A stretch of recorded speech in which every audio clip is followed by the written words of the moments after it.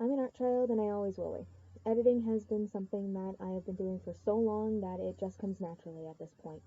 And manga scans are one of the ones that have become my favorites. So when a friend of mine says that they don't know how to edit a manga scan and or praises my work on them, I kind of look at them or at my screen like, how could you not? They're so easy. But not everyone is the same, and I can't help but want to help my friends and show them just how fun and easy they can be. So, now, as for the materials that you will need, they are as followed.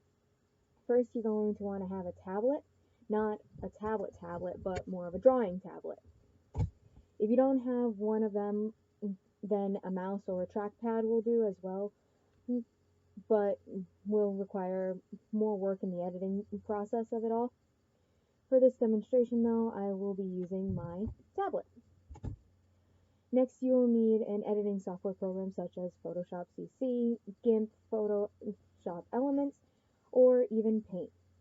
I'll be using Photoshop CC 2015 as provided by my school. Lastly, you will need a manga scan of your choosing in which that you wish to edit. I myself am usually used to showing rather than telling, or at least showing while I am telling. So as part of this demonstration, I will be presenting it with a live stream video of myself editing a manga scan with my dear friend Nikki, who has expressed her interest in learning how.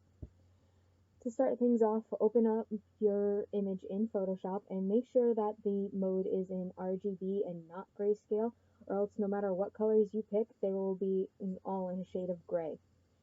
Once that is done, over on your right side of your screen, you have your layers. I recommend duplicating the background layer, which is the manga scan itself, and changing the duplicate layer that you have now on top of that layer to multiply. Now, of course, when you do that, the bottom layer will still be visible, so on your screen on this side, it will appear as though it's darker, and so now you think that it's gonna mess up the image somehow. It already makes the image look a little weird. So you're gonna want to go down back over to the layer area and click on the eye icon next to the first background layer, and it'll disappear from sight in the display. Now, before anything else, you must save. And make sure you save it as a PSD.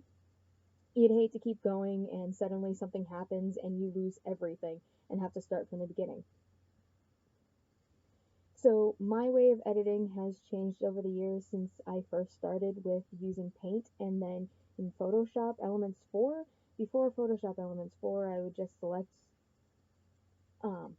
well, not before Photoshop Elements 4, but before in Photoshop Elements 4, I would select the hair using the polygon lasso tool and then use the color variations option to change the color I wanted it to go to.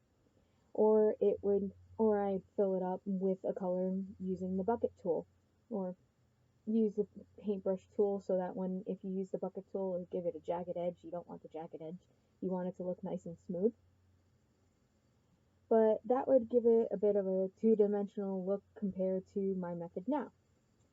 Though manga edits would look pretty using the color variations, and even until recently I would still use the color variations to color the eyes, but now I've found a new way to get that same effect, and I will start with that first.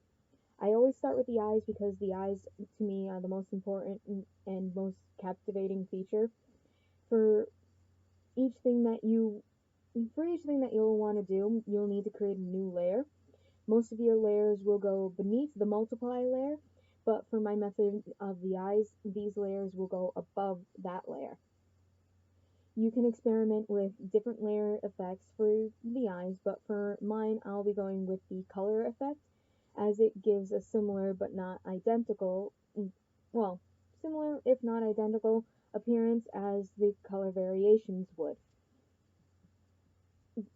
Also, before I forget, if you want to go on and make more edits with the same character appearance, you will want to create a reference sheet with the colors and any other references that you'll draw from.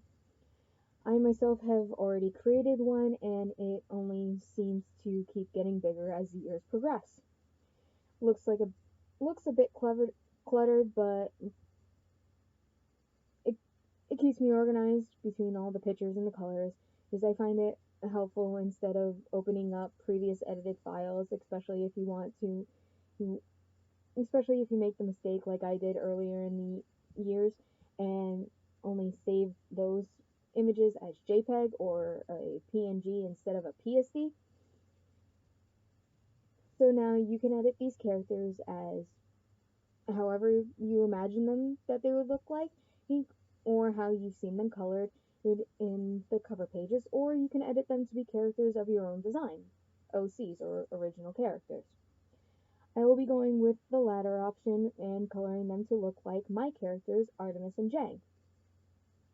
I don't always have time to draw out my characters, so as a result, I go to editing, especially when I'm reading a manga and I come across a page or scene that I had pictured them in.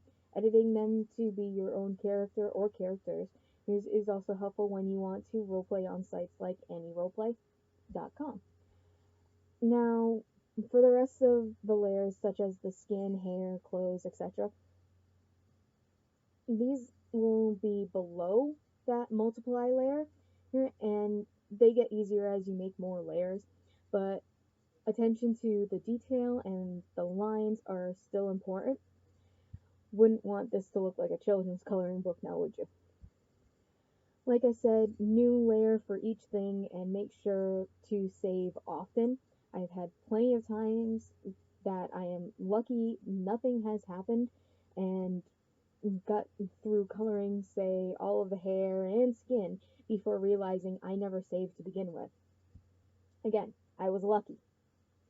Other times, not so much. My computer would spaz out on me and the program would freeze, and I would have to force quit the program, and all this led to me having to start over from the beginning and possibly raging at not only my computer but also myself. A lot of the times I'll color the skin first and then the hair, and I think I'll do just that even now. Another thing that will help and keep everything organized as you edit is to group the layers. You can group them according to however you find it best to keep them, and so that the layers you want on top stay on top of the other ones and not accidentally overlap on another way, and so then you have these areas where it's more the areas that you didn't think would be shown in the first place are now showing instead. Like, say I colored her hair underneath her skin tone layer, and so I had areas that like would go around over here and so on, and so now if I accidentally put the hair above the skin, now all those little spots will show. So for this reason, if I group them, I will group them as, say, Artem's body in this group will be your hair, skin, nails, blush, and so on in order that I have overlapped them. Then there will be the Jang group, Jang body with similar layers, and after those two groups, I will have for Artemis clothes and then Jang clothes.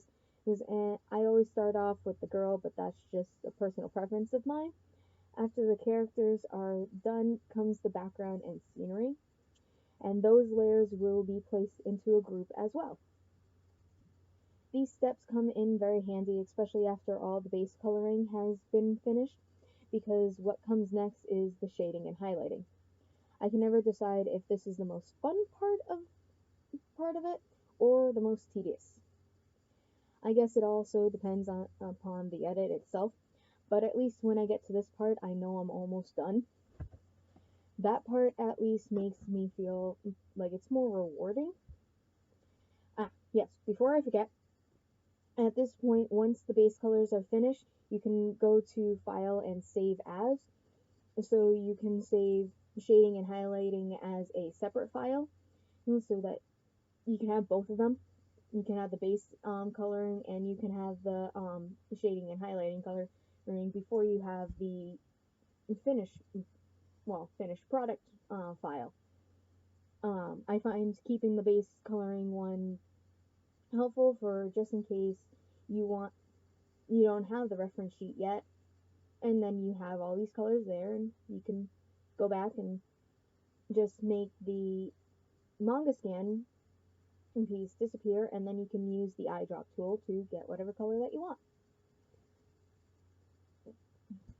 So now, as you go to save it, you can add shading and highlighting to the end of the name, such as artjang -dream underscore S and H. After this is all done, you're ready to begin shading and highlighting. And so I normally go layer by layer, such as shading and highlighting all of the girl's hair, then her skin, and so on. I do tend to jump around a bit, but that's just how I am. And I sometimes like to see how some areas will look with the shading and highlighting first. For this part, we'll be using the burn and dodge tools with whatever brush works best for each layer. The burn tool will be used for shading, while the dodge tool will be used for highlighting.